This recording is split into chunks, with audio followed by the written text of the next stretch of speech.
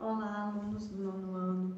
Vamos iniciar o estudo da semana 2 do PET 2, unidade temática, o nascimento da República no Brasil e os processos históricos até a metade do século XX.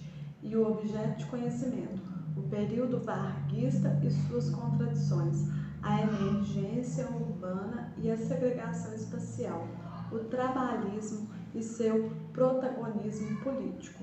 Pessoal, então, nós sabemos que Vargas chegou ao poder graças a uma boa campanha feita e ao alinhamento a diversas forças e até movimentos sociais do Brasil, né?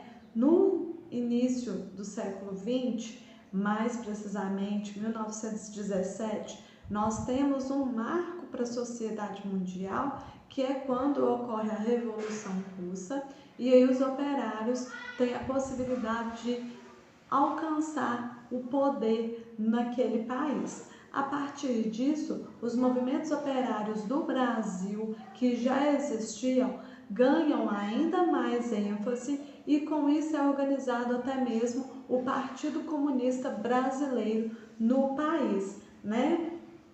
Com essa organização do Partido Comunista e a sociedade brasileira com diversos fatores de insatisfação social, nós temos, por exemplo, a organização dos movimentos da Revolta Federalista, que ocorreu no Rio Grande do Sul de 1893 a 1895, que queria a descentralização do poder, e a partir disso ocorreu uma revolta armada, da qual só terminou com a rendição dos revoltosos. Nós temos a Revolta Armada, que ocorreu no Rio de Janeiro de 1891 a 1894, a partir da qual havia a luta pela reabertura do Congresso, quando Deodoro da Fonseca ainda era presidente, e aí por causa disso ele renuncia, e depois com Floriano Peixoto há uma luta pela organização de um governo menos autoritário e repressor.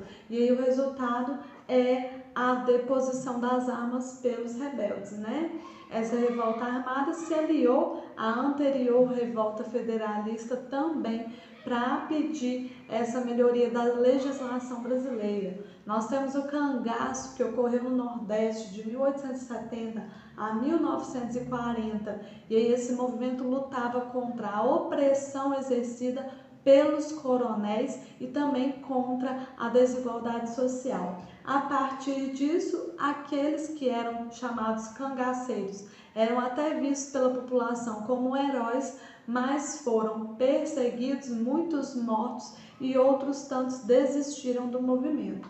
Temos também a Guerra de Canudos, que ocorreu na Bahia, e Canudos era uma comunidade que se formou entre os anos de 1893 a 1897, que tinha Antônio Conselheiro como seu líder, e ela buscava o fim da exploração, da desigualdade social. Ela acabou com o término daquela comunidade pela invasão do exército e combate de todos os seus integrantes. Também temos a Revolta da Vacina, ocorrida no Rio de Janeiro, no ano de 1904, após a reforma sanitarista daquela cidade, que expulsou os pobres do centro da cidade e organizando as primeiras favelas, E também porque essa população não entendia a finalidade da vacinação contra a varíola, Essa revolta foi muito instigada também pelas fake news da época, que eram organizadas pelos opositores ao governo vigente.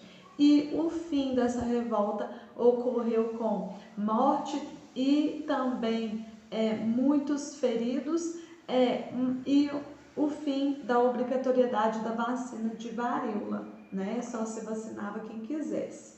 Tem a Revolta da Chibata, ocorrida também no Rio de Janeiro, no ano de 1910, a qual pedia a melhoria da legislação trabalhista para os marinheiros da Marinha Brasileira, O fim dos castigos corporais estava dentre essas determinações, e aí nós temos a finalização dessa revolta com a organização do fim dos castigos físicos, porém perseguição dos líderes do movimento, né? E muitos desses líderes foram presos também. Tem também o movimento tenentista, ocorrido no Sudeste brasileiro, mais especificamente no Rio de Janeiro, mas teve núcleos em outras partes do Sudeste.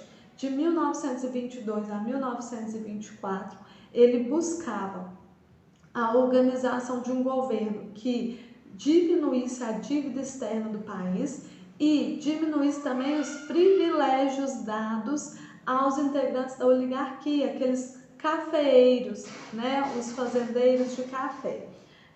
A partir disso, há pouco sucesso desse movimento tenentista, né, mas eles sempre tentaram essa organização. Nós sabemos, além disso, que Vargas uniu, então, essa insatisfação popular, né? Ele tinha um discurso muito claro e populista até, prometendo à população a melhoria da organização da sociedade, né? E ele vem, nos 15 anos de governo dele, organizando também leis que favoreceram aos operários, as chamadas leis trabalhistas, com a imposição da CLT, né, dentre outros tipos de leis que favoreceram o movimento operário brasileiro.